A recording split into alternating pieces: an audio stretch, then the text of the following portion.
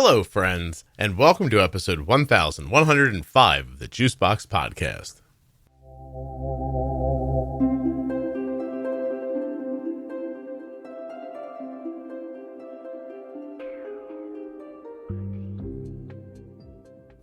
Adam's 2-year-old daughter was diagnosed at 9 months with type 1 diabetes. Adam's family has a history of autoimmune conditions.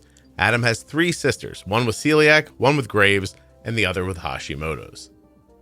Adam has just tested positive for celiac, and they've had his other son tested as well. Most recently, Adam has a Hashimoto's diagnosis of his own. While you're listening today, please remember that nothing you hear on the Juicebox Podcast should be considered advice, medical or otherwise. Always consult a physician before making any changes to your healthcare plan or becoming bold with insulin. I wouldn't normally tell you this, but Rob edits the podcast from Wrong Way Recording, and he gives me a notepad of like his interpretation of the show. And I use, I don't want to give it away, but like I use some of his words when I'm introducing the show and stuff like that all the time. But I just realized here, he said, this is a very cool and interesting story. Adam did tons of research, got a CGM before they left the hospital, and Rob goes on and on here. But anyway, Rob thinks this is a great one, so I hope you do too. Also use my link, drinkag1.com/juicebox, and save 40% at cozyearth.com with the offer code juicebox at checkout. If you're not already subscribed or following in your favorite audio app, please take the time now to do that. It really helps the show. And get those automatic downloads set up so you never miss an episode. This episode of the Juicebox Podcast is sponsored by US Med. usmed.com/juicebox or call 888-721-1514. US Med is where my daughter gets her diabetes supplies from. And you could too. Use the link or number to get your free benefit check and get started today with US Med. My name is Adam. I have a 2-year-old daughter who was diagnosed at 9 months old. So it was about a year and 3 months ago. I also have a son who's 4 years old. So yeah, I think that's it. Your daughter's the type 1. Does your son have any autoimmune stuff? Oh yeah. So my son doesn't. He actually got tested for celiac disease and has the antibodies, but he didn't have like the positive markers yet. So it's like one of those things where he might become celiac at some point, but we're not sure yet. Okay. So I guess that leads me into, after Bryn was diagnosed, I kind of dug into like the autoimmune history of our family and found there's a lot more than we thought. So my sister has celiac. I have 3 sisters. So one has celiac, and like my other sister has Graves' disease, and the other one just found out she has Hashimoto's. So like a few months after Bryn was diagnosed, I tested for celiac and thyroid, and my celiac test came back positive. So now I am a celiac for like almost, I guess it was like last November. And then my thyroid levels came back in range, but then like after listening to all your episodes on thyroid, the in range value was like, I think I put it down as like 2.3. Mm-hmm. And I had nothing like really serious symptoms, but I had some things like after listening to all the symptoms and like reading more about it, where I was like, okay, I'll probably check on this later. But I didn't follow up because I had the celiac diagnosis and I had to get like the endoscopy scheduled and all that. But then like 5 months after that, I tested thyroid again, and it was like 3.25. So I was like, okay, I'm feeling some of these symptoms, and I got officially diagnosed with Hashimoto's like in February this year. So like 4 months ago. I had a slightly over 2 TSH come back the last time I had blood work. And there's actually a script downstairs. I have to go get blood work done again. They're testing it one more time. So I'm not sure where that's it was 2.74 and then 3.35. And then I was like, okay, I want to get this treated. Because the biggest symptom that was scary was I was starting to like just stand up and feel like really nauseous, like kind of like dizzy or lightheaded. Mm-hmm. And I was like, okay, I don't want to be like carrying one of my kids and just like collapse or something. So yeah. I finally was like, I got to take care of myself a little bit and get this figured out. Good for you. But I've been adjusting the dosage. So I started on 25 like MCGs, and I'm on 50 now. But like every 6 weeks, we're adjusting and slowly going up. Are you noticing your symptoms lessening? Yeah, I think that like the dizziness, nauseous one, that was like the scariest one. That one I think I had like one spell since I started the medication. So it used to be a little bit more frequent. There's a lot of things that are hard to tell if it's like the celiac or the thyroid because I was gluten free since November and I started the thyroid medication like middle of February. Hmm. So there's like some symptoms that overlap there.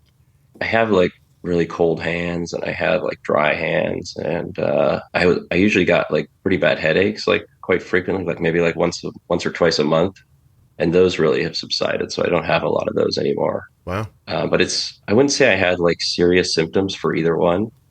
It was just like a bunch of minor stuff that like it was just normal to me because I think like you just kind of live with what you have and Yeah. other priorities kind of got in the way. If it wasn't for Bryn's diagnosis, would you have ever looked into this, do you think? For sure not. Like Hmm. I think maybe the gluten thing, like my wife has probably said something in the past, like maybe you should get it tested out. Like, but I never had like I never thought I had serious symptoms. But once I cut out gluten, like I started noticing like a lot of things get better. So it was just normal for me for a long time to just feel that way. And Can I have some I specific guess examples of that? How did you feel? I guess like after eating, I would feel full. Like what I would describe it as just feeling really full sometimes. And it wasn't like every time I ate, but I would just, yeah, kind of feel like uncomfortably full. And I guess that's like one of the big symptoms. Like I always read it as feeling bloated. I don't know if I like downplayed the symptoms, but I never was like, I have to go sit down or something because I'm so bloated. And like after Bryn was diagnosed, I talked to my sister who has celiac, and she had much more severe symptoms. Like she would get rashes, and she would feel like so full she couldn't like she'd have to go lay down. Hmm. So I never had anything that severe. What kind of, so yours was just feeling full, but you didn't have, like, what have you noticed clear up since you've cut gluten out? Oh, like bowel movements definitely got better. I don't know. This is kind of weird to talk about, but I don't mind. So like the kind of like texture of the poop. Mm-hmm. I don't know. There's something, I don't know if you ever heard it called like a brown marker poop. It's like where you just keep wiping and it seems like you're just wiping a marker. Sure. So that was like kind of normal for me. And in one of your episodes, you actually talked, I think it was like Arden's friend or something, talked about having a ghost, like a ghost poop or a ghost wipe your butt or something like that. Yes, yeah. So I don't think I ever had that like before I stopped eating gluten. So Wow. when I like first had that, I was like, oh wow, like I don't need a wipe. Like this is like cool. Like Yeah. so like that was like something like I just thought it was normal. It had just always been that way as long as I could remember. Okay. I want to And now it's like much better. I want to give Sanjana credit. She calls it a spooky dookie. Oh, a spooky dookie. I'll Yeah, have to start using that one. because there's Yeah, I nothing think there. you mentioned ghost at Yeah. some point. I might not have done a good job the first time I talked about it. It just popped into my head exactly. I can hear her voice, because you wipe and there's nothing there. So Yeah. a spooky dookie. Yeah, so that like I guess that's supposed to happen a lot more than it did with me. And I just like had to remember that happening before. Yeah. But it's kind of crazy that like it just becomes normal for you and you don't know what's different really because it's not something you like talk about all the time. Hmm. And it wasn't like I had like every time I went to the bathroom it was like 20 wipes. It was just like, it was always like a handful and it was just never that good. So Hmm. it wasn't like diarrhea, like runny or anything, but it was just like, kind of sticky and soft. Yeah. No, I understand what you're saying. Like you're trying to wipe off a marker. It still happens. Like I think I have a gastroenterologist now, and she thinks like I might have to try cutting out dairy or something because my like celiac blood levels are still a little bit elevated. But it's kind of hard because I have young kids, and we don't like stock gluten for them. So like there's a chance of cross contamination and all that. So just trying to pick apart all of that stuff and see like what's the cause there. Did you have any improvements with like energy or clarity, mental clarity, anything like that? Maybe a little bit mental clarity. I'm always getting like not enough sleep with the kids, so like I've always had a little bit of sleep deprivation. Hmm. But I think I definitely have less like brain fog. Yeah, it's Okay. kind of hard to quantify, Sure. And also but I your do feel like TSH. a little bit better Also, overall. yeah. Also, your TSH is moving up, so you might not know exactly what clear feels like yet. But it sounds like you're getting close to it. That's the hard part. And like, I also lost like 15 pounds out of nowhere, like right around the celiac diagnosis. So I don't know if like something triggered for me and like the thyroid started kind of going out of whack faster or something. But there was like a brief thing where I lost like 15 pounds in like a 1 month time frame without really changing my diet. And it was like before I had fully cut out gluten because I had just gotten the diagnosis. Okay. I've seen people get hyper before they get hypothyroid. So like Yeah, they'll so lose a bunch of weight like while their thyroid's like going wonky. You know what I mean? yeah, that could be. Yeah. But then like my thyroid level I checked in August and it was like 2.7 and I lost all that weight in like October before I cut out gluten. Yeah. It can hit you so quickly. I've seen like right as we were diagnosing my son with Hashimoto's, his thyroid went from like in the twos to like in the sevens. And then they did a repeat test Wow. and it was back down lower again, but not that high. And it like, so it kind of, I don't want to say dances around, but like, it's almost like there's like fits and starts and stuff as it's kind of like happening. And I've seen some people, I'll be very specific. After Kelly had Arden, I remember joking with her, I'm going to have to get you like pregnant a couple of more times because you look like a supermodel. And like, it just like which was weird. Like she just had a baby and she was just so lean like afterwards. Mhm. And it was, I think she got hyper before she got hypo. And so, Oh, I see. yeah. And Yeah, because I've I heard lost the doctors. weight and they're like, that's weird because that's usually the opposite, like not Hashimoto's. That's usually the Graves or Right. hyperthyroidism. Yeah. I But wonder if it doesn't bounce uh, a little bit while it's settling into its new normal. Anyway, that was yeah, very, I dropped like that 15 and I've been staying like pretty steady for the last like 5 months. So well, just kind of weird that it happened. oh, no kidding. Well, yeah. I mean, that was not very technical and I'm not a doctor and all. So blah, blah, blah. Yeah, Yeah. of course. Yeah. Okay. So anything on your wife's side, or is she like an island over there going, uh-oh, I'm all alone here. Nothing's happening to me. Or does she have stuff too? Nothing like super serious. Her dad got his goiter removed, so there's some thyroid stuff, Hmm. but nothing that like really stands out Okay. on her side. It's like my family has like a whole like laundry list of autoimmune stuff, and hers is mostly mild compared to that. Hmm. And you're originally from the middle of the country? Yeah, Wisconsin. Okay. So yeah, that's where all my family's from. Got it. Okay. So your daughter is diagnosed, she's 9 months old or 9 months ago? Yeah, 9 months old. Wow. So like a year and 3 months ago, I think it is. How did that present? So it came on really fast. We thought it was like flu-like symptoms almost. Like she had a little trouble breathing. She was really lethargic, like wanting to sleep the whole day. Mhm. And it was just like in the span of a day. So like around, I think like around lunchtime, we noticed like something's wrong. And we thought it might just be the flu. We'd been getting like sick on and off a little bit. She was having like a hard time breathing, but it was weird. It almost sounded like she was congested, but she wasn't congested. Like you could breathe clearly, but she was doing like those kind of heavy labor breaths. Yeah. So we did let her rest for most of the day, and then it got to be it's like around 10 p.m. at night.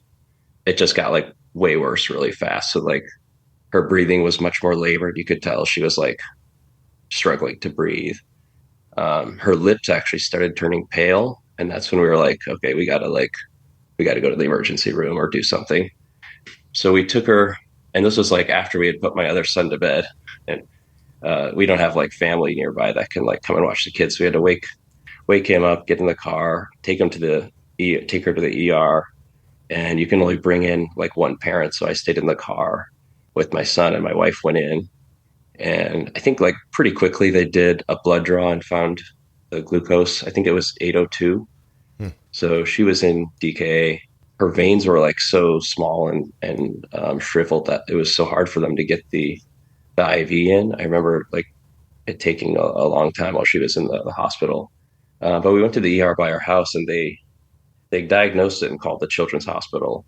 And they couldn't actually give her the insulin because they had to do like a dilution and they needed like something like potassium or something to help slowly bring her down.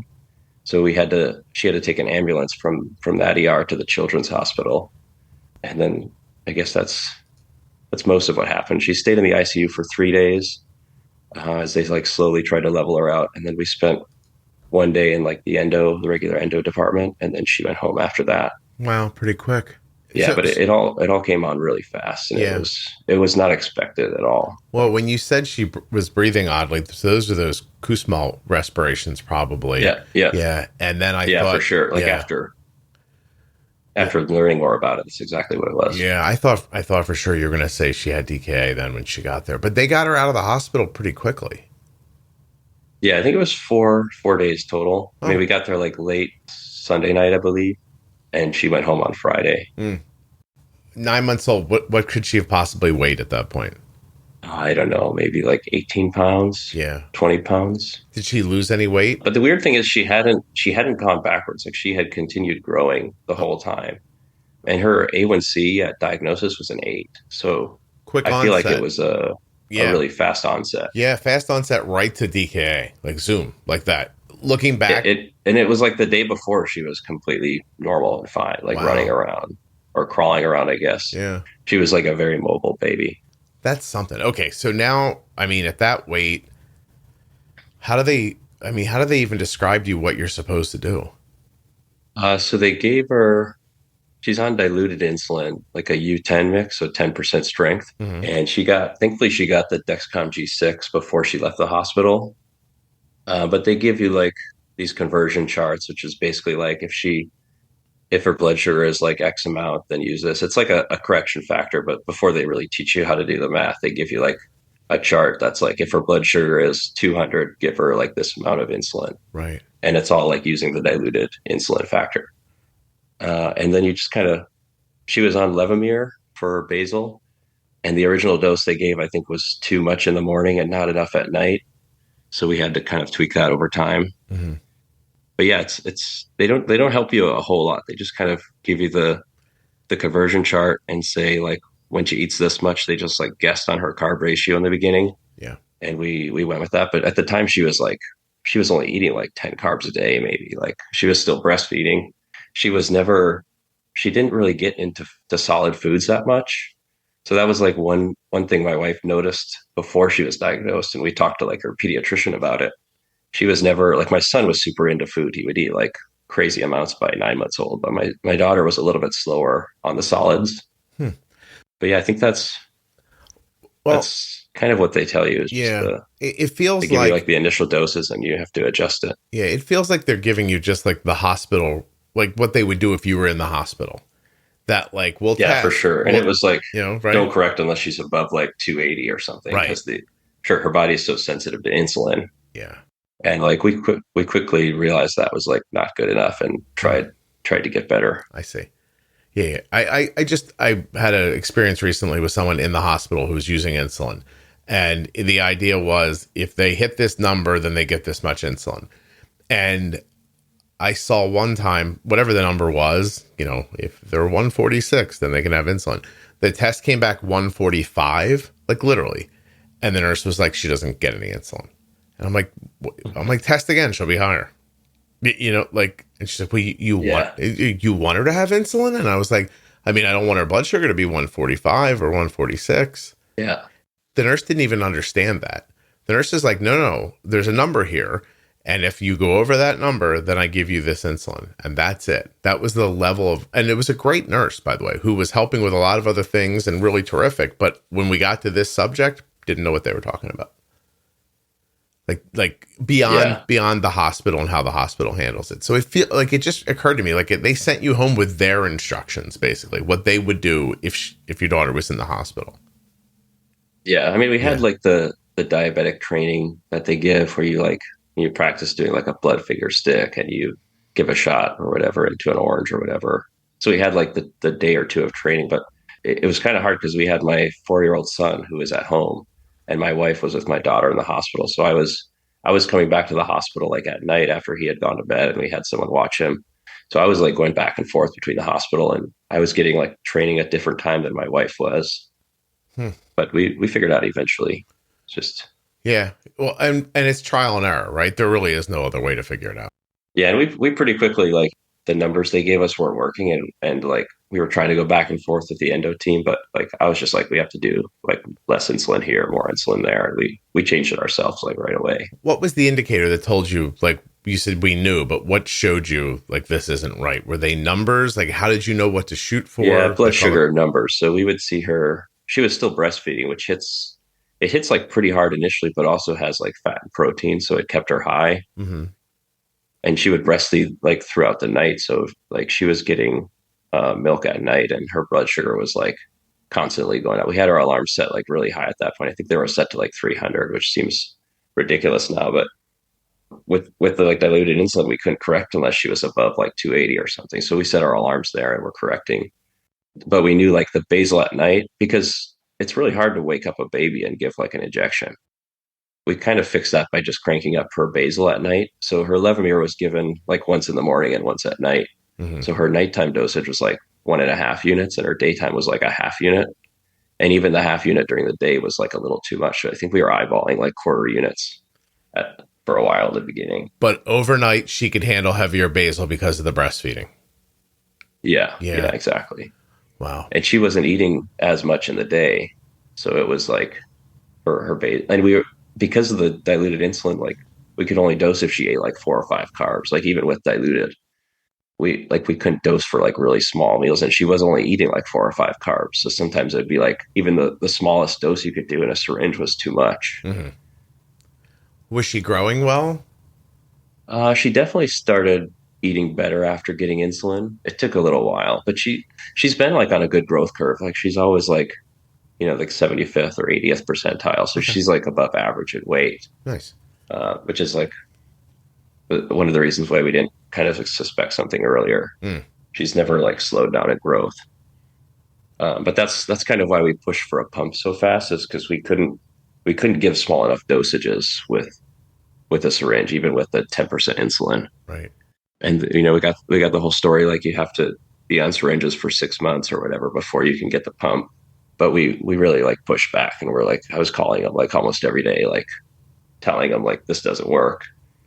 She would have like breast milk before her nap, and she would go to like 350 or something, and we don't want to like wake her up from her nap and give her insulin, because then she doesn't go back to sleep. We had like a whole list of reasons why we needed it. We convinced them eventually, and I think we got into the pump like a month and a half after her diagnosis. So we have the Omnipod DASH now. Diabetes comes with a lot of things to remember. So it's nice when someone takes something off of your plate. US Med has done that for us. When it's time for Arden supplies to be refreshed, we get an email. Rolls up and in your inbox says, "Hi Arden, this is your friendly reorder email from US Med." You open up the email, it's a big button that says, "Click here to reorder," and you're done. Finally, somebody taking away a responsibility instead of adding one. US Med has done that for us. An email arrives, we click on a link, and the next thing you know, your products are at the front door. That simple. usmed.com/juicebox or call 888-721-1514. I never have to wonder if Arden has enough supplies. I click on one link, I open up a box, I put the stuff in the drawer, and we're done. US Med carries everything from insulin pumps and diabetes testing supplies to the latest CGMs like the Libre 3 and the Dexcom G7. They accept Medicare nationwide, over 800 private insurers, and all you have to do to get started is call 888-721-1514 or go to my link, usmed.com/juicebox. Using that number or my link helps to support the production of the Juicebox podcast. What insulin did you use in it when you got it originally? Was you using diluted? Yeah, so it's kind of a long story, but we had done a bunch of research like ourselves, and we're like, even with the pump gives you like you can do 0.05 units. Mm-hmm. Even with that, with the full strength insulin, it would be too much. So we put diluted insulin in the pump right away, even though they prescribed us, like they gave us U100 like Humalog. And I was like, we're just going to try it this way. It was working like really, really well, like so much better than the MDI. We were able to dose for, like 1 or 2 carbs, even with the diluted insulin in the pump. Is that so that like with U10 in the pump, you can actually give like 0.005 units of like full strength insulin. Is that okay? Like, is that an FDA? Oh, It's geez. not FDA approved. Like Right. I'm not a doctor or anything if you want to give your spiel, but like the FDA hasn't approved. Like I think for the Omnipod, it says right on the side of the Omnipod, like use U100 insulin. But people use diluted in it and people use like U200 in it. And we haven't had any issues. I was like, we're just going to try it. And if it doesn't work, like we can switch to U100. And we did try U100 pod later just because like we had to go through the whole pump training in class and stuff. And I was like, well, they're going to see we're using like way more insulin than she should because it was diluted. And they wanted us to connect like her pump to gluco and all that stuff. Hmm. I guess long story short, we had a lot of success with the U10. We were trying to be really honest with our endo team, so we like told them, "Hey, this is what we're doing. It's working really well. We tried U100. It doesn't work very well because we couldn't give small doses, and like her basal rate was like the minimum 0.05 per hour. Yeah. So getting like one drip per hour, you don't have a lot of room to manipulate like the basal rate. Like Mm. it's either on or off, and once it goes in, you can't take it away for an hour. You don't have any kind of control when you're on such a small dose for like her insulin sensitivity. Right. So and with the U10 in the pump, then it's like zero point 0.5 an hour. So you have a lot more drips per hour that you can kind of take away or add to. And we started looping right away too. So we had Android APS like an algorithm running from the beginning. Having like that room for the algorithm to work with is super helpful. Mm. They can't really do much with the U100 insulin in the pump when she's using so little insulin. So obviously, so much of this when it's a baby, and if you really are endeavoring to keep reasonable blood sugars, so much of this is on you to figure out. How do you figure all this out? Research like we joined like a couple different groups. Like I think I found your podcast on Reddit like the day after she was diagnosed. So the podcast was really helpful for like the core concepts. And then I was reading about because I'm like a software engineer, so I was reading about like DIY looping right away. I found Android APS. I had an old Android phone like laying around that I could try it with. Hmm. So even before we got the pump, I like got the loop set up. Was watching like what decisions it wanted to make. So I was learning from that as well. And there's like objectives you run through an Android APS to like help you understand, make Yeah. sure you understand like how the loop is working.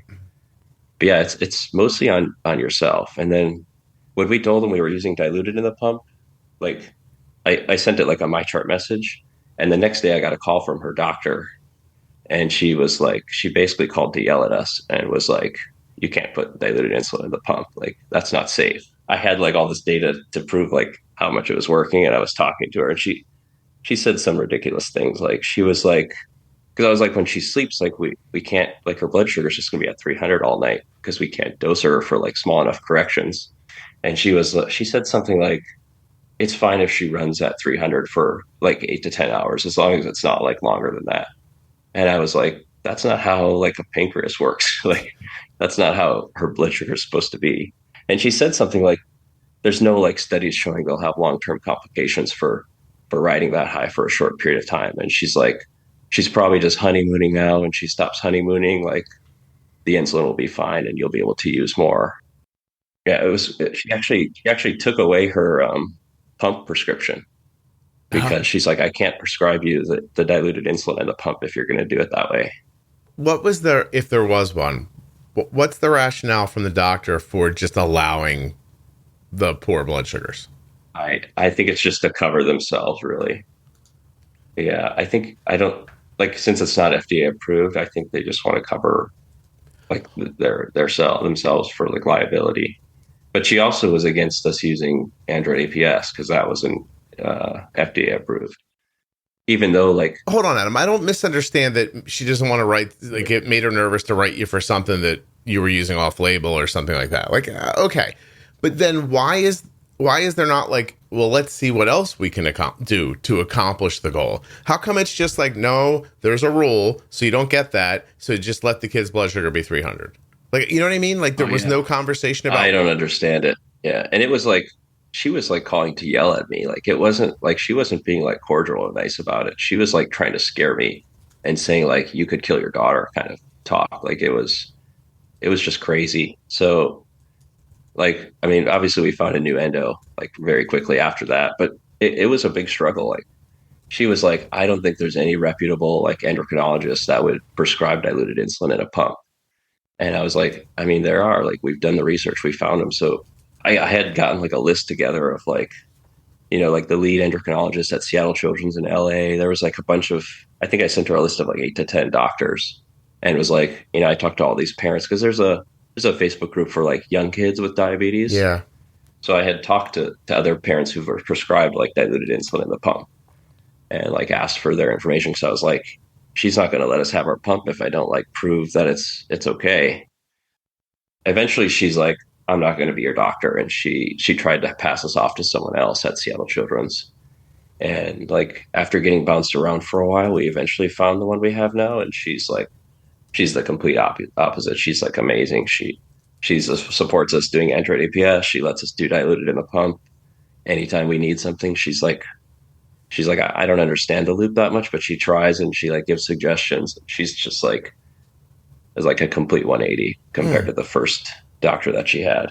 Yeah, and you were showing her real results, right? Like like not just I had all the graphs, and I was like, here's the days like on MDI. I think we did one day on U100 or like 1.5 days, and I was like, this is just not working. So we had like the data, and I said like we did our research. We found a bunch of people using it. There was like one or two research studies, like small participant sizes, because there's just not that many. There's not many kids that young that have tried using diluted in the pump.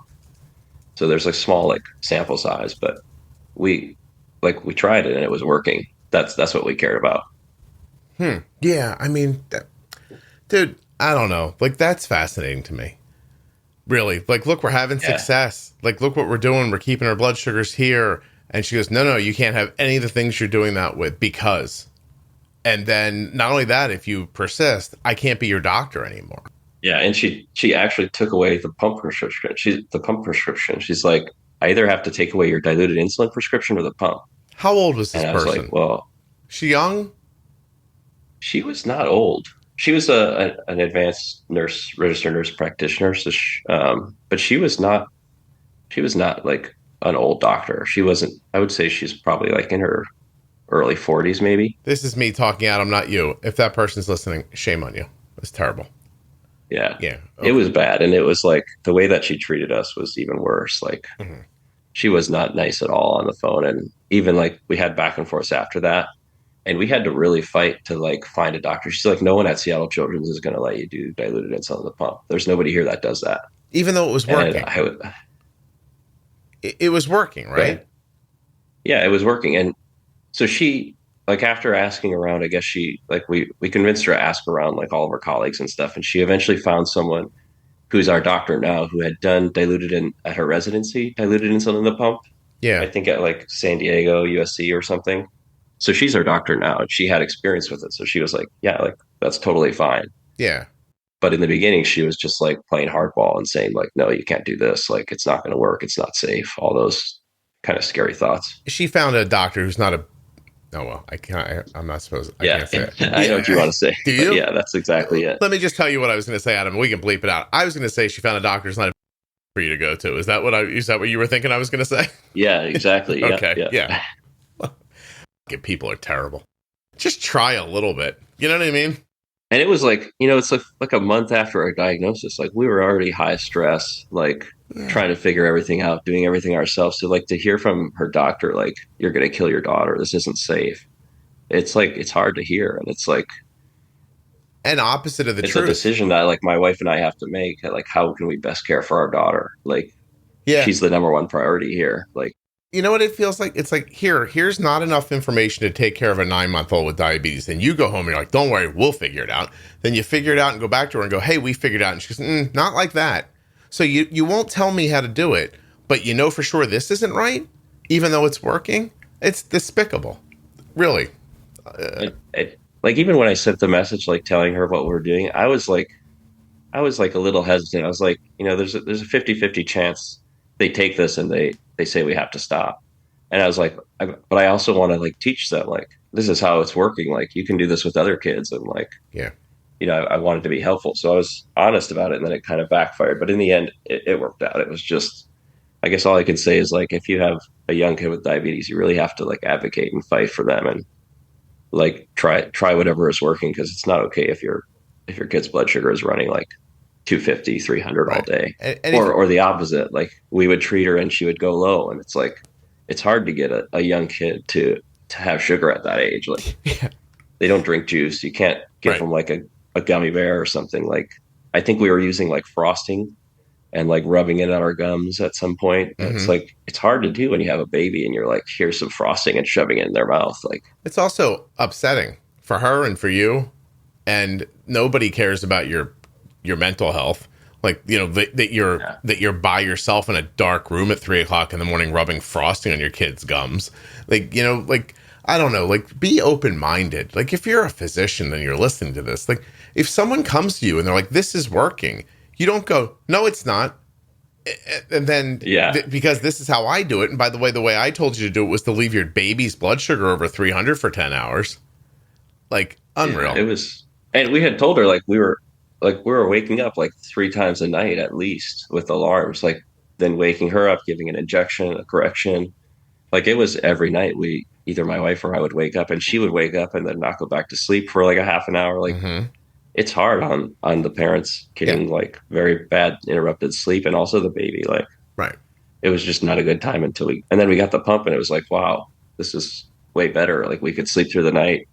The Hmm. algorithm like can dose much smaller with the diluted insulin. Like it was like a night and day difference. And even with that, like talking to like how much nicer it was for us and her, they're like, no, that doesn't, you can't do that. And I was like, Yeah, I can't keep talking about this. I'm just going to keep getting upset at him. So we're going to have to move on because okay, I'll go on. okay, go I have ahead. a whole other river of thoughts that are flowing through my head right now that I just will take us in a weird way. So do better is my message. Let's see. I want to hear more about setting up Android APS for a baby. Like, how old was she when you started it? 10 months, because we got the pump a month and a half after. Like for the first pod, we were using Android APS and Uh-huh. looping. It was Wow. like it took a little convincing for me to my wife to be like, this is what we should try. But once we started it, like, there's no going back once you have a loop. Mm. Yeah, no, the algorithms are terrific.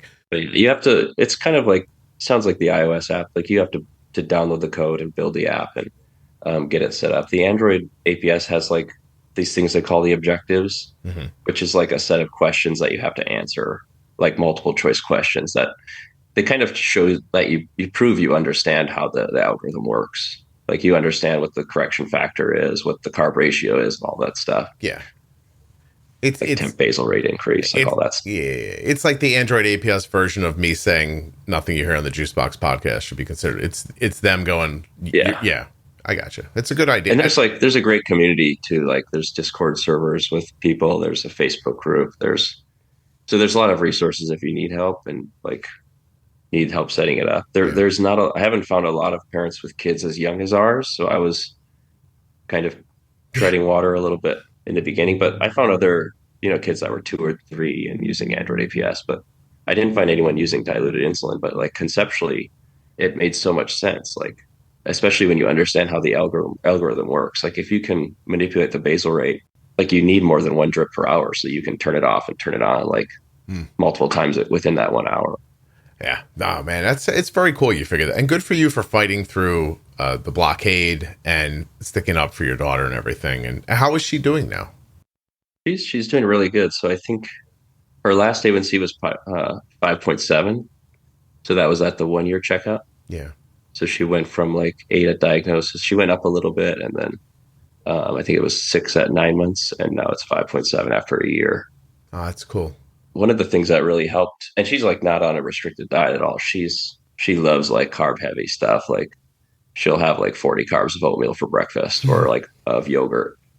She has like cereal and stuff too. So it's not because we're like low carb that we hit these numbers. It's mostly due to the loop, the help of like, we're definitely like the super like knob turners too. Like we've spent a lot of time like optimizing her settings and stuff. Right. But the other thing that's been super helpful is we actually started using Lumjev in Oh, March of yeah. this year.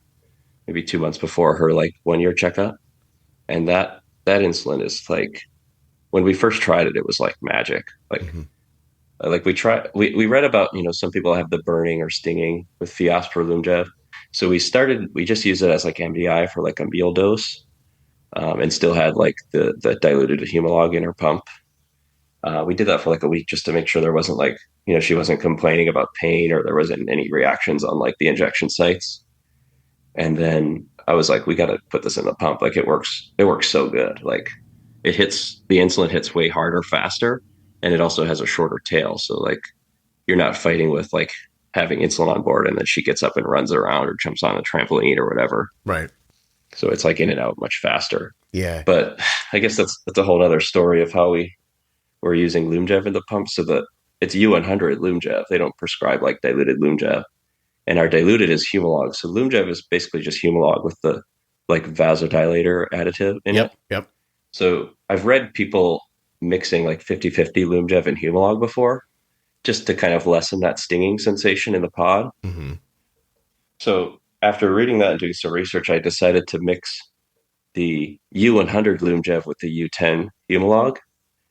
So I kind of make our own like U30 mix with those two insulins, and I mix it right in the pod. So I take like a certain amount of the diluted insulin, put it in the pod, and then I use like a manual syringe, not the Omnipod syringe, and I put some U100 Lumjev in there, and then I kind of swirl around and activate the pod. Out of you. So we have like a U30 diluted mix now with Lumjev and Humalog, and that once we started that, it's like so much better control. Like, wow. Look at you. I don't know how to explain. You're like a chemist now. Yeah, it feels like every time we fill the pot, I'm like, okay, you feel like a scientist. Like you're drawing from two vials and putting it together and swirling it around. And this is like another thing that if we told that to her first doctor, she would probably just like No, she'd blow have a up. stroke. Like, Yeah, she'd fall right over. She'd be like, ah. yeah, but our new doctor was like, oh wow, you're doing that and it's working. Okay, cool. Like keep going. Like so. Yeah, it was definitely an experiment, and we're always like, we'll try it. If it doesn't work, like we'll know right away, and we can switch. But that's been working super super well, and I can't recommend enough to like people with young kids, like under 3 or 4. When you're using like less than 10 units a day of insulin, like diluted is so much more helpful, even if you're not using an algorithm. Like if you're using the minimum basal rate in the pod of 0.05, like you can't get that even coverage with that. Like 1 drip per hour, like the insulin isn't that smooth. So like you'll get a peak like 15 or 30 minutes into the hour, and then it will drop off, but it will hang on. You can't. Yeah, it's too small of an amount. I can't explain enough on. It's too small of an amount to have a smooth effect over hours and hours. Yeah. And even her basal rate was lower than 0.05. So we would have like 1 hour off, 1 hour on if we weren't using diluted. Wow. So like you'll have like these natural waves, and you can't get good control with that. Yeah, it just like every time I try to help, people online or whatever, I always recommend trying diluted in the pump. Mm-hmm. I think it's a hard thing for most parents to do without like doctor approval. Yeah. I don't think everyone is like, as confident as we were, but it's like, if you try it, like it doesn't really hurt to try it. And like, I'm not a doctor or anything, but that was our experience. And it's like, it's night and day difference. It's so much better. I think it's impressive that you figured all this out. I didn't figure any of this out when Arden was this little. Arden was 2, and I remember your story of like trying to eyeball drops of insulin and figure out how much it was. But that's as close. That's as close as chemist as I came to back then. Was like I started deciding, like I used to inject drops out into the air with pressure, so that like with my eyes closed, like just thinking like this much pressure makes a drop come out, so that I could like put the needle under her skin and then just try to make a drop of insulin come out. And and I can see why, because she was like 2 when she was diagnosed, right? Yeah, Arden was 2, but she was 18 pounds when she was diagnosed. So okay, yeah. Oh yeah, see, so my daughter just turned 2 yesterday, so she's like I think around 28 pounds, almost 30 pounds maybe. Yeah, and she's still needs the diluted insulin. Like, yeah, we could probably use U100 now, but we wouldn't have the same kind of control. Mm-hmm. Do you think she's having a honeymoon? No, I don't. No. I don't think so. There was like a 1 day period, like maybe 2 months in, where she like didn't need very much insulin that day. Like she just had her basal going, and her basal was turned off for like 4 or 5 hours. And I was like, "Is this a honeymoon?"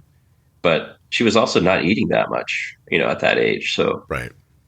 Maybe I think it might have just been that. But like she's almost 1.5 years in now, and there was no sign of like they kept describing it like the endo team was like, oh, there's just going to be like a big step up where like one day she needs like twice as much insulin, and that never happened. Like it's been a slow ramp up, but mostly because she started eating more. Like she went from like 10 to 15 carbs a day back then, hmm maybe 20 with the breast milk, to now she goes anywhere from like 80 to like 150 carbs a day. Wow. Like she eats a lot, and she goes in phases. So there's days where she just has like 75 or 80 carbs, or she's sick. Like right now she's sick and she's not eating that much, but she's still eating like 80 carbs a day, 80, 90, or 100. Man, that's a fair amount. But we look at like the stats all the time, and you can see when she goes through like a growth spurt or something, and there's like 1 week where she eats like a lot more than the last week, or she needs much more insulin. It's crazy how much like the total daily insulin fluctuates. Like she'll go from like 20 units a day to 40 units a day equivalent. So that's our diluted insulin. But Yeah. if you convert it back to U100, she's using about 10 units a day right now, maybe a little bit less of standard insulin. The fluctuation, it's just based on how she eats that day. It's the primary driver, because like her carb ratio is like it's like 1 to 20, I think, if you convert it back, 1 to 16 maybe. So like most of her insulin is for meals. And kids, they eat like every 3 hours during the day. Like Yeah. wakes up, have breakfast, like 3 hours later there's lunch, 3 hours later there's a snack, 3 hours later there's dinner, and then it's bedtime. Like that's the other hard thing about a kid. There's no breaks between meals. There's always like some carbs on board, and you always have insulin on board. hmm Like they just eat a lot when And they're not growing. they're not an adult. They don't And sometimes roll into the afternoon and go, I might just have a soup for dinner tonight. yeah, you can't do Yeah. like intermittent fasting or Right. anything like that. Yeah.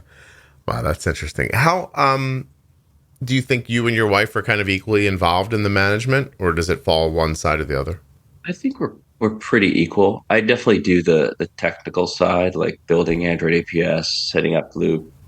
But she definitely understands everything. Like she does just as much research and stuff. And like I went to Wisconsin last week, and she had Bryn at home, and she did all the management when I was gone. Like we could each just have her and do it on our own. And it We it of turns course out like the same way. talk back and forth. And what's that? Are the results the same, no matter which one of you are like the primary?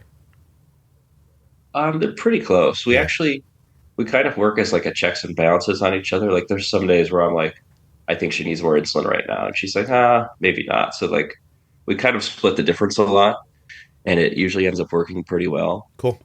Oh, that's excellent. But there's so many variables with someone, like even in anybody who's diabetic, but especially someone who's her age, because she'll like go and jump around or run really fast, and all of a sudden like need way less insulin, or she'll decide to sit down and not be that active one day. hmm Or if she's sick, like she's been on 125% profile for like the last week because she's sick and just like more insulin resistant. And she's also not eating as much. So like there's so many different things you have to think of and account for. But I would say it doesn't really matter who's driving the insulin for her. Like my wife or I were both about the same Okay. in terms of management. I might lean towards the more aggressive side, and she might be more conservative sometimes. But I think there's other times where I'm like, I don't think she needs that much or something. So we kind of flip back and forth. No, that's perfect. Is it what's the strain like on your marriage or your rest, that kind of stuff? In the beginning, it was definitely hard, like the first few months. And like a lot of the stress is just from like the lack of sleep, honestly, like waking up all the time, seeing your kid's blood sugar so high and knowing it's not good, but not really being able to fix it. And then like all the other stress of like dealing with her endo team and like us doing, really custom stuff. Like I think I was definitely for, let's do all this stuff and try it and see if it works. And she was more of like, maybe we should listen to the doctor, or maybe we should talk to them before making changes of insulin in the beginning. And so like there was a little bit of battle there, but yeah, it's definitely stressful. Like it's hard. It just takes a lot out of you. Yeah. I think we're in a much better spot now. Good. And also we decided to have a third kid. And I think that was definitely delayed because of Bryn's diagnosis. Like, you're always thinking about, what if you have another kid and they have diabetes, and how much work that's going to be, and trying to juggle that when you're like still trying to figure out the first kids, Yeah. like how do you manage this disease and stuff. But yeah, It's I a think big we're decision. okay now. We're much better now. Good for you. Well, that's a big decision to make another baby after you've now lived through what this is. Because if it happens again, it's a lot, and now it's a lot.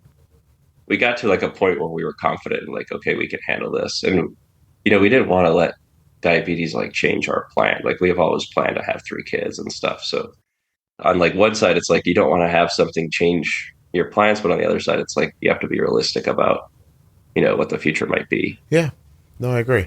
So is your wife pregnant? Are you trying, or what's going on? Yeah.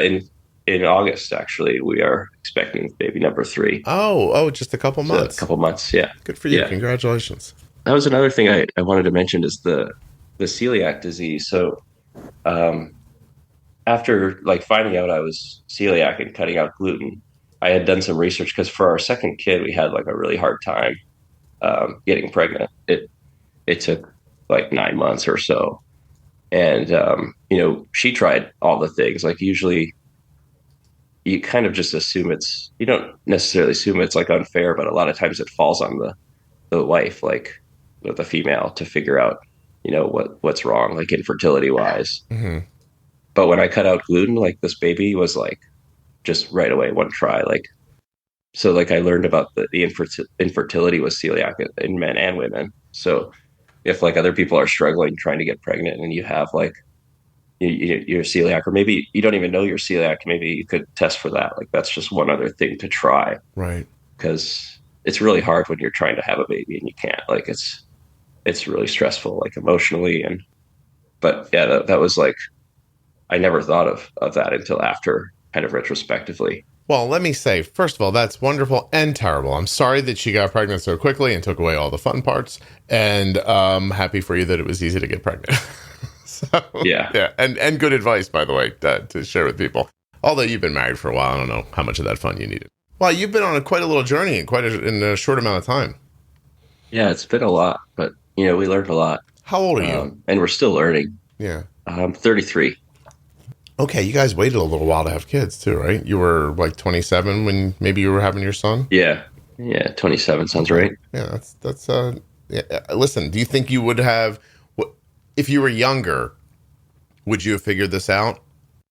Not as fast, for sure. Fast, like I wouldn't have had as much free time as I do now to do the research and figure it out. I guess maybe you make time at that age, but yeah, I don't know. It's hard to say. I've always been super technical and into computers and like comfortable doing research and stuff. So I probably would have figured it out. It just might have taken longer. Yeah, it's interesting. I'm a computer user, not a computer understander. Yeah. No, I was like a programmer, so I wrote Right. code and stuff. So I'm really familiar with all that. That's cool. Yeah, that comfort level is super helpful when you're digging into loop and stuff like that. Like just whether you understand it or not, on day one when you start learning about it, at least the terminology and the things you're seeing in front of you seem like familiar. I can see why it would be easier for you and off-putting for other people. Yeah, like because of experience, I was able to set up like a lot of things that work better for us. Like we can, like she has her own phone that we kind of keep nearby, but we set up like a remote desktop app so we can control her phone remotely wherever she is. So like when she's sleeping in her room at night, we don't have to go in there and grab her phone to dose her. We just use our phones and remotely connect to her phone, and then we can interact with it like as if we were touching it. So that's like super helpful. And I've helped a few like other parents set that up. So like it also works with like Omnipod 5 or something. Like if you have an Android phone as your controller, you can talk to that phone and control it, even if you're not using Loop. Like you can communicate like an iOS to an Android phone remotely like that and take full control. So that's like kind of like a hack on how to get remote bolusing working Yeah. before it's like officially supported by like Tandem or Omnipod. So we've been using that, and there's other things like I had to write some code to set up like a fitness watch so I can get her blood sugars on there.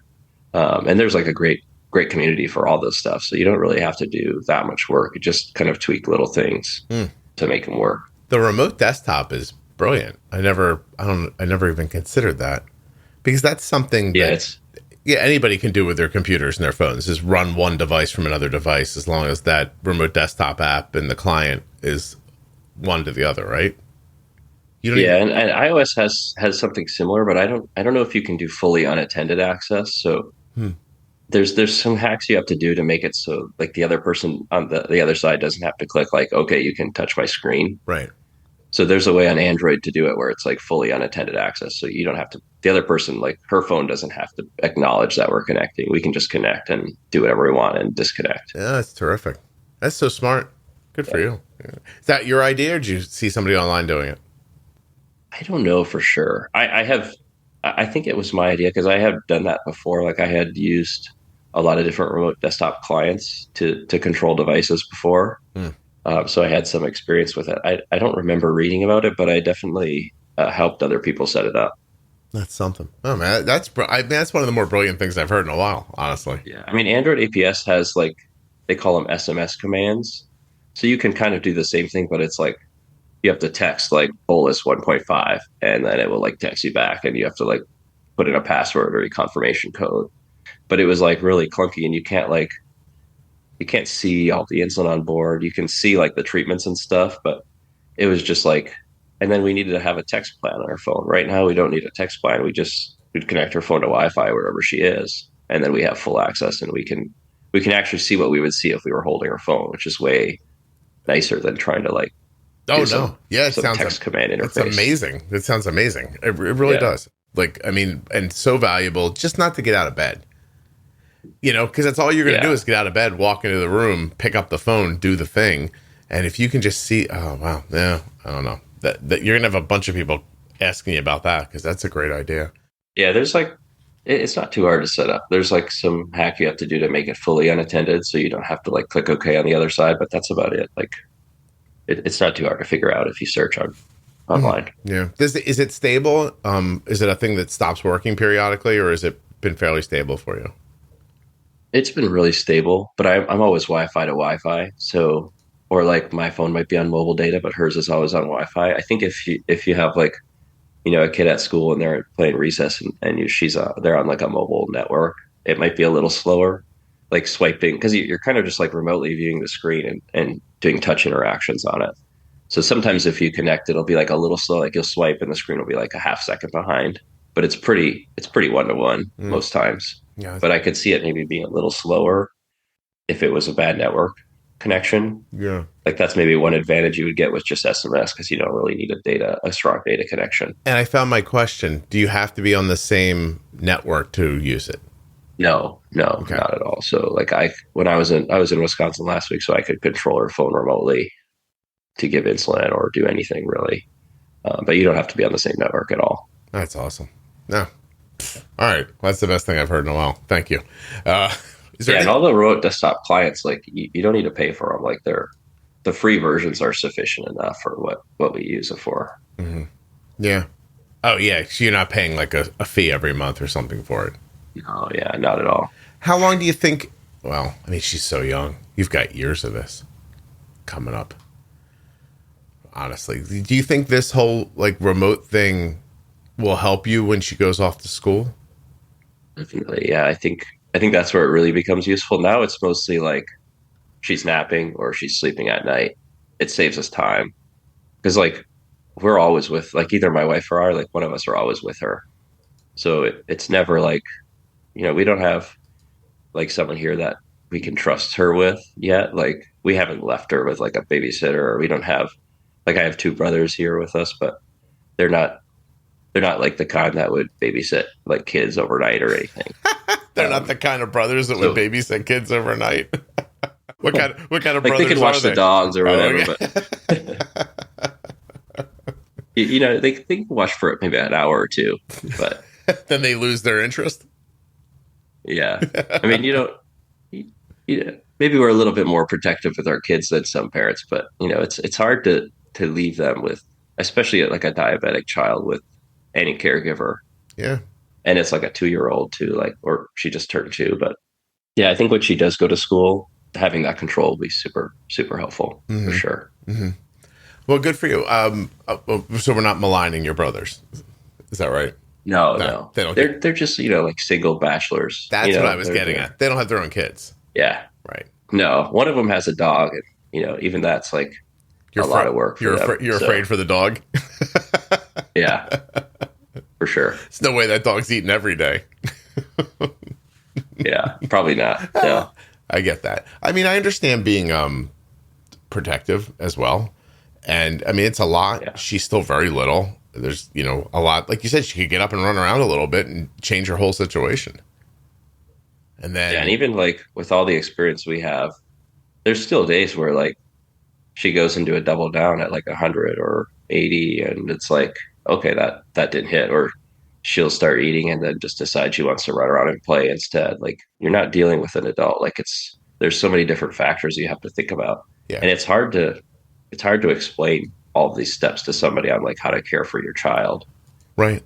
And we're like we have to figure that out for like in August when the next baby's coming. So like we're going to have to leave her with some family. So like trying to think about like, how do you write like a guide on how to care for your daughter? There's like just way too much information in there. Like, and like not even talking about like sensor changes and pod changes every 3 days. There's just like so many factors that you have to do it and teach them how to use like just the controller to enter insulin. Like, so not having somebody kind of like on and off, like family nearby to help is kind of hard. Yeah. I would imagine also that you don't exactly know what to do every time. Like, yeah, for sure. Yeah. Like, every meal is like, we don't like weigh out her food and measure it. Like, you kind of just learn like, this pile of food is like maybe, 15 or 20 carbs, but you don't know how much she's going to eat. And it's different every time. And that's like another thing with having a kid so little. I think in the beginning, they told us to dose her after she eats, but she would sit down and like, they play with her food. They take like almost an hour to eat. Yeah. And if you wait until after that, like her blood sugar is already 300 by the time you give insulin, and it messes like all your carb ratios up and stuff because you're not timing it right. So even at like before we went to the pump, we were doing like a pre-injection, a pre-bolus before, but it was just so hard because we could give like the smallest dose you could with a syringe, right? And sometimes she wouldn't eat enough food, and then you would a lot of times have to dose after she gets out because we never wanted to like inject her while she's in her high chair. Like, it just feels kind of wrong to like interrupt her eating that way. So that's like another reason why the pump is so helpful. And then how she's been really good with the injections. And when all of these variables are possible, how do you explain that to somebody for a babysitting situation? Exactly. Right. Yeah. Yeah. I don't think you're being overprotective. I think you're being pretty realistic about the situation. Yeah. I was still definitely worried about what's going to happen, but sure. Yeah, I think we'll do as best as we can to prepare whoever's here and try to figure it out. Have you ever had to do anything emergency for low blood sugar? Or have you always been able to bring it up somehow? No. Yeah, we've always been able to bring it up. Okay. I think with the Dexcom and like our alerts, and I use something called X-Drip on Android. So both my wife and I have alerts on our phones. We have like watches set up so we can see our blood sugar on there. But yeah, we have our alarm set, I think at like 90 or 80 during the day, maybe 90 at night. So we can wake up and treat it a little bit in case it like for some reason starts diving. And that's like 140 during the day. But yeah, with the alarms, it almost never happens. There's been like a couple times where she dips into like 50s, and it's like, okay, like she already ate, but it's not hitting yet. And sometimes you have like compression lows at night where the sensor like all of a sudden drops straight down. So you wake up and you're like, okay, is this real? Like, roll her over. Yeah.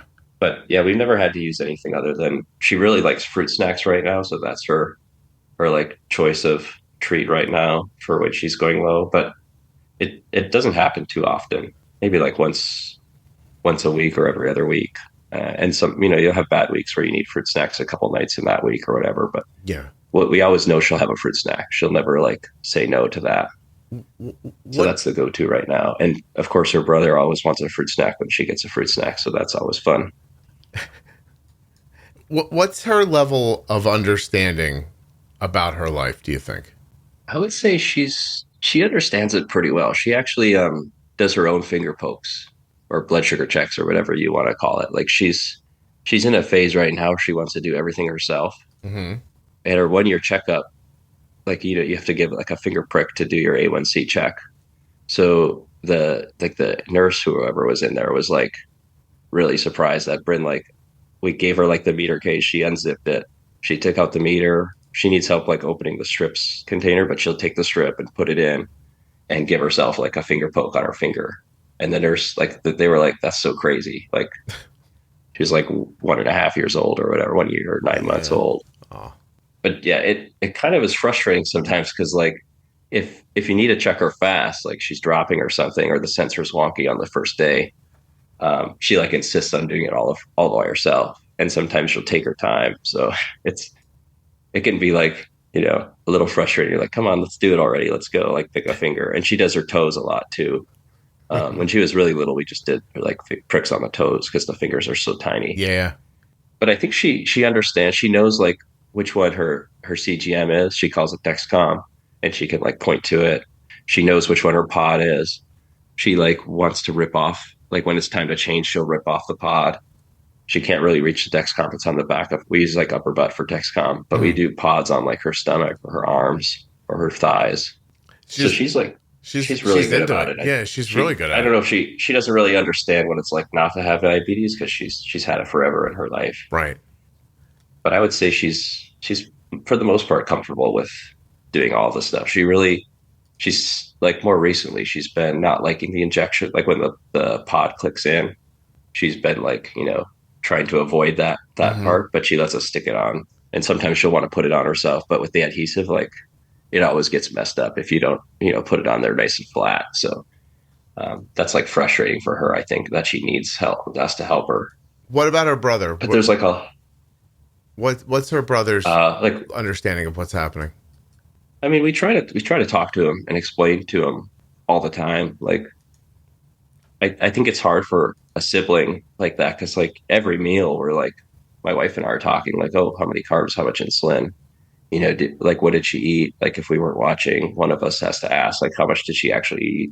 So Hmm. he hears it like all the time, and I think at first it was like clearly really hard for him, like attention wise, he was having to give up all that attention to her, and you could tell it was hard on him. Like it's definitely hard on the sibling as well, but he understands like a low blood sugar means she needs a fruit snack or she needs some kind of sugar, and he knows that like a high blood sugar you need insulin. Right.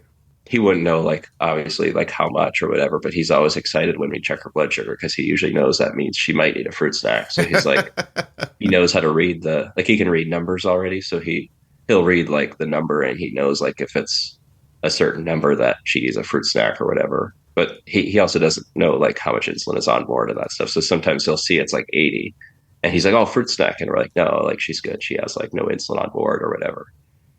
He's like, But damn, he damn. understands some of it. We try to talk about it to him because like we want him to be able to help her like when they're both in school and stuff. So I think he understands it pretty well, like at a high level. Does he feel any responsibility for her, do you think, or no? He definitely has his moments where he'll like go and run and get a pack of fruit snacks or something.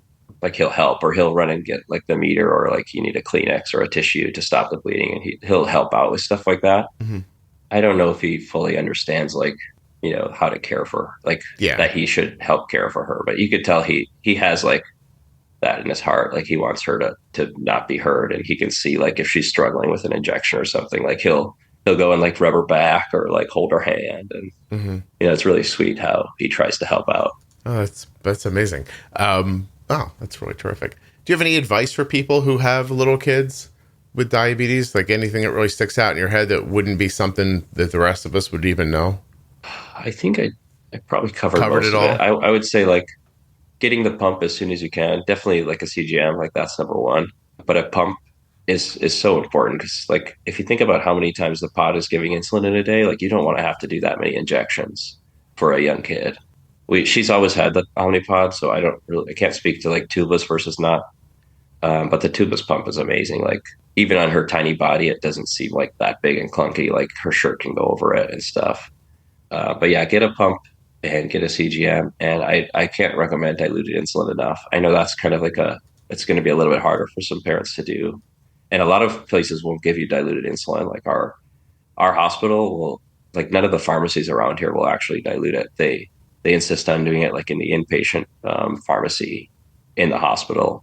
So they mix it. It's kind of funny because they mix it in like a chamber where it's like very safe and not going to get contaminated. And then we at home just like go and mix it ourselves, like on the table. But like after doing research, a lot of hospitals just give you like the Humalog and give you the diluent, and they tell you to dilute at home. So it's just different what advice you get depending on, what part of the country you're from or wherever you're from. Right.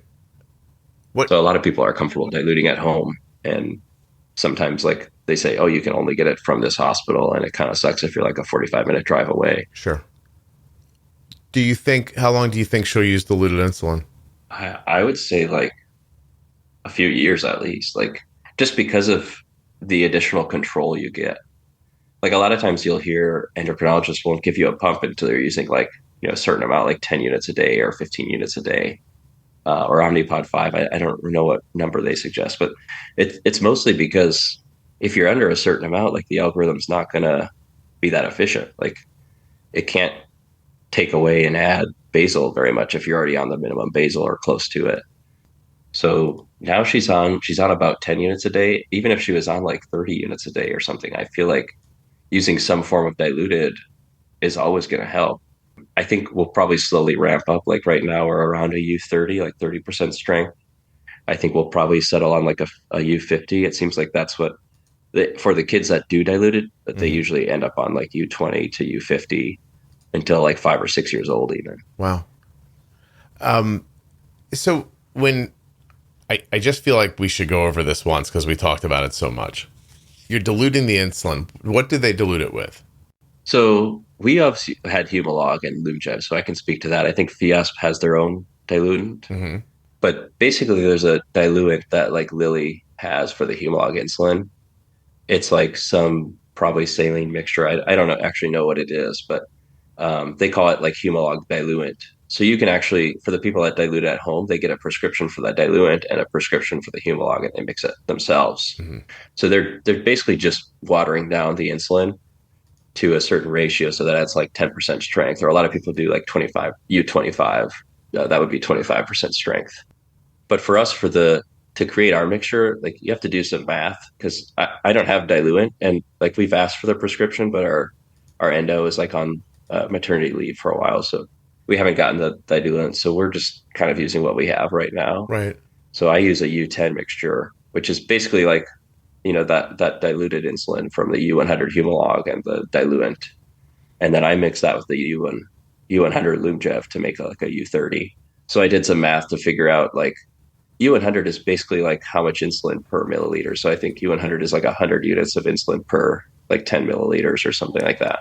So if you know like the math behind like what those ratios represent, you can calculate if you want like a U20 or a U30, you need this much of your diluted insulin and this much of your U100 insulin, and you can figure it out if you.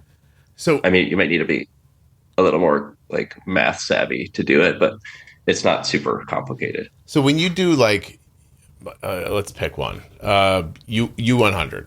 Okay, so does that mean if I use a unit of real insulin, I'm getting a unit of insulin. But if I use a unit of diluted insulin that's diluted to U100, then every unit of liquid I push has the 10th of the power of a unit of undiluted insulin. Exactly. So right. When we were on U10, like 1 unit of U10 is like 0.1 units of U100.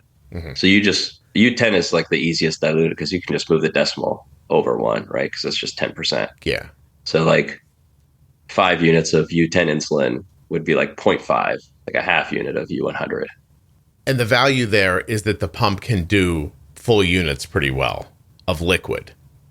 but it would have more trouble doing a tenth or a hundredth of, or if you needed less and less. Yeah, so the pump can only do, like, I think, at least I know Omnipod, I think there's some that support like a smaller drop, but the smallest drop Omnipod can do is 0.05. So that's 0.05 units of, like, if you're using a full strength insulin. But if you put 10% strength insulin in the pod, then 0.05 is actually 0.5 units, or it's actually 0.005 units of insulin. I've heard people have these conversations so many times, and it confuses them every time. It's hilarious, actually. I can see why, because yeah, you're dealing with something like very important. Like, even insulin's one of those drugs, like at the hospital, like anytime they're going to administer it, they need like a second person to look at it and sign off, right? Like, it's a very important drug. So, like, you don't want to mess up the calculation. And, like, when I did it, I was like, I checked my math like a few times and I'm like, okay, is this right? Like, double, triple check. Well, yeah. What was that like the first time? Were you just like, I hope I have this, or you just did it until you're like, I can't be wrong about this. I've checked it. Well, she was at like a point where with the U10, she had gotten to the point where she was using like 200 units of U10, and she was like running out of the pod because you can only fit 200 units in the Omnipod. So she was having to change pods more often. Like, instead of 3 days, we were running out of insulin after 2 days. So that's when I was like, okay, U10 is too much dilution. We need to change it. And that's around the time where I wanted to try the Lumjev. So I had like calculated how much, insulin do we need in the pod for, like, not to run out and to have a sufficient amount, never to have to worry about running out. So I came to like a U25 or U30. The reason I went to U30 is because just based on the lines on the Omnipod syringe. So they have like a min line on there, which I think is 80 units, if I remember right. So I fill like 80 units of the diluted insulin using the Omnipod syringe. I put that into the Omnipod. And then I take just like a normal syringe that you'd use for a manual injection and take 25 units of Lumjev and put that into the pod. And then I swirl it around. And if you do the math, that's like, so you have 25 U100 units of Lumjev. And if you have 80 units of U10, that's really 8 units of like full strength insulin. So you have like 33 units of full strength insulin equivalent. And then you divide, like how much insulin you put in total. So it's 80 plus 25 units. So you have 105 units of insulin. So if you take 33 divided by 105, that gives you like the strength of your insulin, basically. Holy hell. So yeah, you just fried that comes up to like 31.4 or something. So it's U31.4 if you want to be like really technical about it. Yeah. Okay. You fried my mind. Go ask your doctor. Well, maybe some other people can understand it. Yeah. I was like, oh my God. Trying to simplify it. No, I know. In the end, I don't think it's that. I think if I was doing it in front of me, it would have the feeling of like if I had two beakers in my hand and one of them had like blue liquid and one of them had yellow liquid, and I'd be like, look, we're going to put a percentage of this into this, and this is the mix. And I'd go, oh, that makes sense. Like visually, I would get it. You feel like a mad scientist for a little while, but after a few pods, it's like you do it enough every 3 days where it, like, you don't even think about it. Like my wife or I can fill the pod, and neither of us have to like look up, how much we're doing. It's just, you just kind of figure it out. And if you do it enough, it's just like filling the pod by normal now. Right. I wonder what'll happen when she stops using it. Like if it'll be difficult for you to talk about the units correctly at first.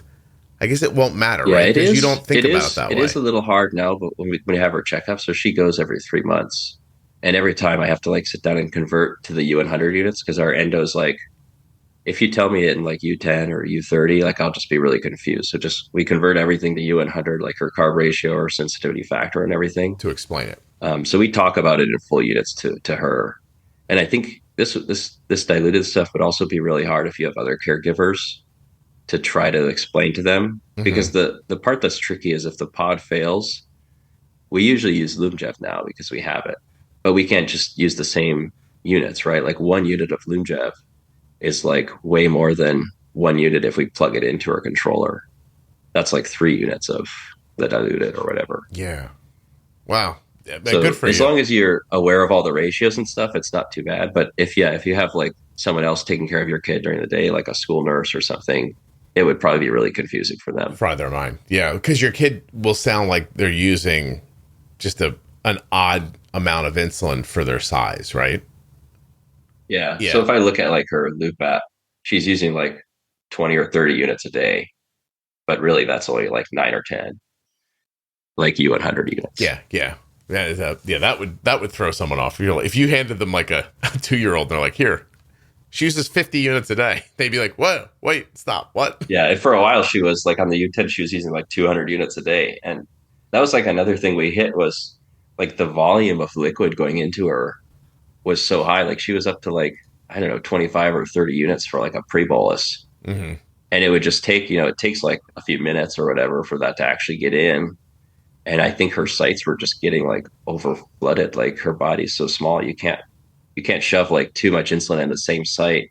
Like I think it just slowed down the absorption a lot. Yeah, it floods it. So that's another thing. Like when you increase the strength of the insulin, like if you like we went 30% stronger, like going from U10 to U30, so she's getting like a third of the volume of liquid.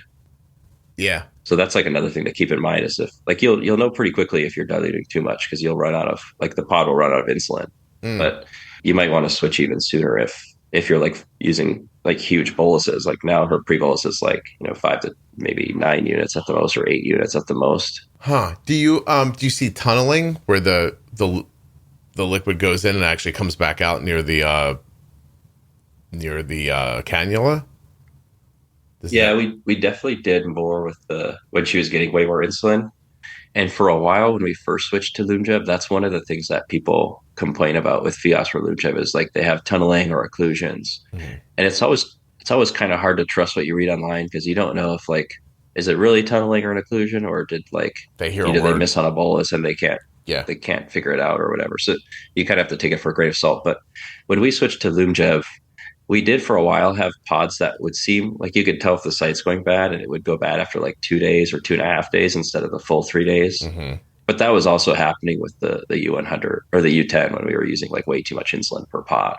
Yeah. So like pretty early on, we got the prescription switch to pod every 2 days. But now we're at a place where it almost always lasts like, past 3-day limit because you get like the 8 or 12 hour grace period. So we're always getting the full site. Every once in a while you have a site that just goes bad a little early and you switch it. But got it. For the most part, it's working really well. And she doesn't have like any like inflammation or swelling on her sites with the Lyumjev. And part of that might be because it's diluted. Like I've read people that start with like a diluted like 50-50 mix of Lyumjev just so it's not, like the reaction for the vasodilator and the insulin sometimes makes like people's pump sites red or swelling or hurt when like painful when the insulin's going in. Right. So they dilute it for a while, and then over time the body kind of gets used to that, the vasodilator, and then they like slowly, like other people I've read, slowly go to U100 or like they like back off that 50-50 mix. Yeah, and that's actually where I read people mixing in the pod directly and where I got the idea to do it.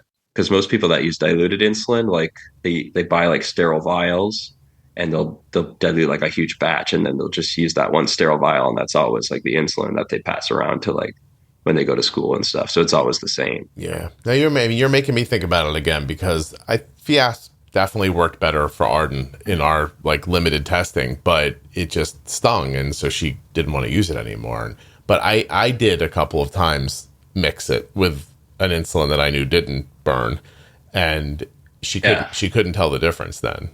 So I wonder if I couldn't. Yeah, I would recommend. So Fiasp is the same as Novolog, like the chemical makeup. Yes. Like Fiasp is just like Novolog with like the additive for the vasodilator, and it's like the same as like Lyumjev is Humalog's like fast or rapid acting insulin or whatever. So from what I read, you want to like keep the families together, like always dilute Lyumjev with Humalog or Fiasp with Novolog, but right. I've definitely read people that mix, like they might just have Humalog and they got Fiasp and they mix them, and it seems to, like, I'm not a doctor or anything, but people say that works. Like, I don't, like you could probably mix a Pedro with Fiasp and it would probably lessen the stinging, but the thing that becomes unpredictable is like the duration of insulin action, the DIA, like there's like a exponential curve on like, when the insulin hits its peak and when it backs off. Right. So if you're sticking with like the same kinds of insulin, it's less of a. I would never have mixed Tepedra with Fiasp. Yeah, I wouldn't recommend it. No, I've definitely seen people mixing Fiasp with Humalog or Lyumjev with Novolog. Like I see that happen all the time where they do like 50-50 to lessen the burn for a while. Yeah. I got you. But yeah, It's tough. do at your own risk. I'm not a doctor, blah, blah. Adam's not a doctor at all. He doesn't even have trustworthy brothers. Don't listen to him. Yeah. No, man, I appreciate you doing this. Is there anything that we missed or should have talked about that we didn't? I don't think so.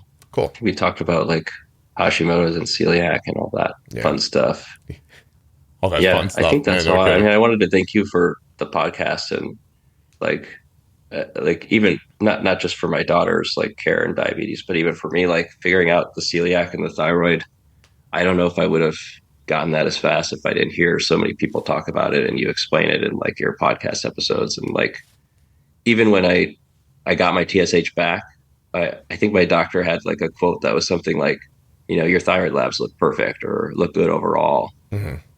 So like having a TSH of 2.7 and like, I never would have dug into it without hearing about the stories on your podcast. So I just wanted to say, really appreciate it. Oh, I'm happy for that stuff, and also all the diabetes like advice. Like it's been super helpful. I'm glad. I can't thank you enough. No, it's my pleasure. Thank you for saying. It's very kind of you. Thank you. It just makes sense, right? If this many people are going to listen to the podcast and a pretty large fraction of them are going to intersect these other issues, we should talk about them and try to make them things that, come to mind and make you feel like, oh, I should ask somebody or push about this a little bit. Like, I think another thing that we talk about that we almost don't talk about enough is like low iron, anemia, things like that intersect so many people, and doctors will absolutely look right through it. Like you can have anemic numbers and they'll just be like, oh, you're anemic. That's it. Like that's what happens. And like, it's funny how the ranges they use, like the reference ranges they're just like a best guess. Like everybody's a little bit different. And, one number for one person might be horrible for another person. Yeah.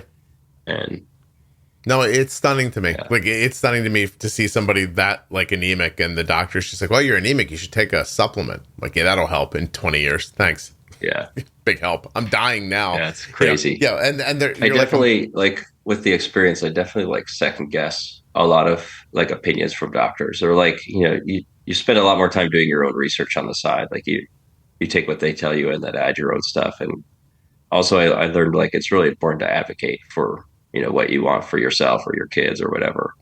Because they'll just do like, I mean, every doctor is different. They're not all bad. Like there's some really good ones, but a lot of times they just do like the minimum, right? Like, yeah. Oh, listen. They probably just get stuck in their day to day. And 100%. There are plenty of doctors who'll see low numbers and go, oh my God, you're anemic. We need to get you an infusion and get your blood work, together so you can feel better and blah, blah.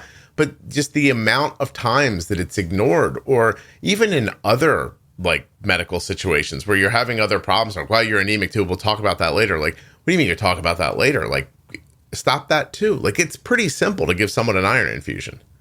And yet they just act like it's not a thing. And the same thing with your TSH. Like, you're talking to your doctor. I'm assuming you've listed your concerns. And then they see your TSH over 2 and they're like, yeah, it's fine. Yeah, I went in there like for that first test and I had a whole list of like the symptoms I was having. I was like, none of these are like, it's not affecting my day-to-day life. They're all like kind of minor things, but they add up. Yeah. And even with that, it's like, oh, your thyroid's good. Like 2.75, it seems fine. And they are affecting you. You just don't realize it until they get cleared up. That's when you'll know. Yeah. Even after I have a special endocrinologist now for thyroid. Mm-hmm. And even after like taking the 25 mcg dosage for 6 weeks, when I went back, she like asked me if I wanted to increase my dosage. It was so weird. It was like, your TSH is still like 3.35 or whatever it was. And she's like, do you want to try doubling the dose? And I was like, should I try? And like from listening to you and stuff, I kind of knew like I wanted my values to go down, but she didn't like come out and say, I think we should double your dose. She like asked me the question, which was so bizarre. It was like, aren't you supposed to be the one like telling me what to do? Like, I don't know. It's just weird. Oh, Adam, it happens every time it happens. I stop myself from going, oh my God. What do you think? I was like, I asked her what her opinion was, and she was like, I mean, I think you could try it if you want to. And I was like, okay, like, let's do it. Like, it's just weird, like, having so many different experiences. Yeah, how many people do you hear on the podcast who a doctor says no to them? They go, come on. And the doctor goes, oh, okay. Because Yeah. you have no firm opinion on this. Like, you just said no. And some people go, oh, no, okay, I guess no. And then some people go, well, come on, do it. And they don't even resist. They go, yeah, sure. Well, I mean, if you want to, let's try it then. Like, so you have no medical opinion. You just said the first thing that popped into your head. And now that I've pushed back the tiniest bit, you're willing to change your opinion 180 degrees? And then there's doctors like her first doctor who is like, definitely no, like, I'm not going to be your doctor kind of thing. So Yeah. like, there's such a big range of people that you have to deal with and learn and, kind of fight for. Adam, what I hear in your stories is you had a doctor who didn't know what they were doing and then said they did and went the wrong way. And then you have another doctor who like sees a number that's not right yet and goes, I mean, it's up to you. Adam, a software engineer. Is that what you do? Is you're a software engineer? Yeah. Yeah, great. We'll put you in charge of your thyroid decisions. I mean, I found it's not easy getting like an endocrinology appointment these days. Like after No. COVID and stuff, I had to wait like months or whatever. So I dug around and found one who would like basically say, yeah, I'll give you a prescription. Because I know there's some who you have to fight with a lot harder to get the thyroid medication with a 2 or 3 ATSH. Mm-hmm. Mm-hmm. So, well, good for you. I probably will get a different doctor at some point, like even my gastroenterologist for celiac. Like, I wouldn't say either of them are great. Like, I'm not going to bash them or anything, but you can tell, like, what knowledge level people have and how confident they are just by spending some time with them. I'll tell you right now, like, we live in a world where I'm fairly comfortable saying that if you can get a doctor who will give you lab results and will be amenable to your suggestions about your medication, and you can go listen to the episode with Addie about thyroid, you could probably manage your thyroid better than many doctors that you're going to meet. Exactly. I'm all for doing my own research. And as long as you have a doctor that'll sign off on prescriptions and do your lab work, then that's all you really need.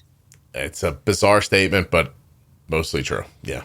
Sorry for going back, but I just thought about while we were talking, one more thing about like infants with diabetes is breastfeeding. I don't think we talked about that very much, but in some of like the Facebook groups for young kids, like all the time you see like they just kind of give up on breastfeeding.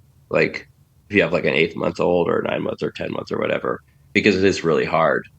And that just kind of like breaks my heart a little bit. Like if that's like something you're trying to do and you stop it because of the diabetes, like there's definitely ways to figure it out. It's a lot of work, but I guess the advice I would have for that is just like trial and error. And you can't just like wait with the carb ratios that they give you. Like I think when we left the hospital, they like did some rough math. Like she had to pump some breast milk and they're like, okay, like this much feeding is this much milk. And then they have like breast milk typically has like this many carbs per ounce or whatever. So they were like, each feeding, why don't you just try to put in 8 carbs or 10 carbs or whatever they said. Mm-hmm. And it didn't work at all. So like, you have to do trial and error, but I just like, you can definitely figure it out and do it. You don't have to give up. Like if that's something you want to do, you don't have to give that up because of the diabetes. Like, it's hard, but you can figure it out. And you just think about, there's like a lot of fat and protein in breast milk. So you have to know it's going to hit hard at first because there's also sugar, but it'll like kind of stretch out over time. Mm-hmm. And I think the hard part is like when you're diagnosed at that young, like it's so hard on the parents. Like you have very little sleep as is because babies already wake up, once or twice at the night without diabetes. And then with diabetes, it's like multiplied. And then, but the biggest help with that is having a pump because you can dose like over time. You don't have to like wake up the baby or dose every like hour or whatever to spread it out and getting diluted insulin. And then like, I think the ultimate thing you can do is do a do-it-yourself loop. Maybe like Omnipod 5 or some of the commercial options are good enough now. But yeah, just like you can do it. You just have to really try and error and don't be afraid to like do more or do less, like change the stuff yourself. Because if you go back and forth with your endo team, like it can take 2 or 3 days or a week before they come back with a recommendation on what to change. And they don't really know like what it's like to care for a kid. Like even somebody who has diabetes, like a child that young is so much different than like an adult. Oh my God. So yeah. And where are they going to get the feedback from about what it's even like from an infant, right? Like and as a parent, you're looking at the graph, every 5 minutes. Like you have way more data than they have. Even if you send them the graphs, they don't know like, what time she ate something or what time she had milk or like it's really all on you to figure out. Like you can get some advice from, the endo team. But if you don't if you're not confident doing it yourself, it's really hard to get right. It's a good place to stop, Adam, because that's great advice. So thank you. I really appreciate this. Thank you so much. It's an amazing, amazing experience you've had for such a short time, and it's kind of you to come on and share it like this. So I appreciate it. Yeah, of course. Yeah. Hold on one second. It was good talking to you. Oh, no, I had a great time. Thank you so much. Hold on 1 second for me.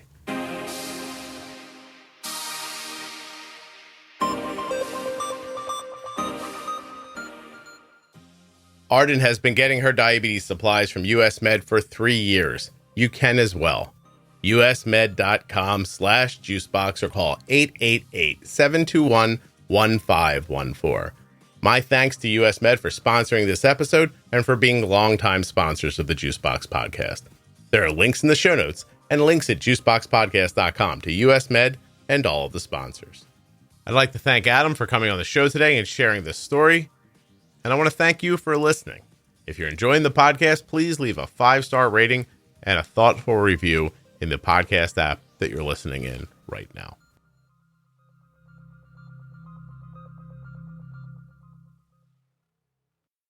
Thank you so much for listening. I'll be back soon with another episode of the Juicebox Podcast. The episode you just heard was professionally edited by Wrong Way Recording. WrongWayRecording.com.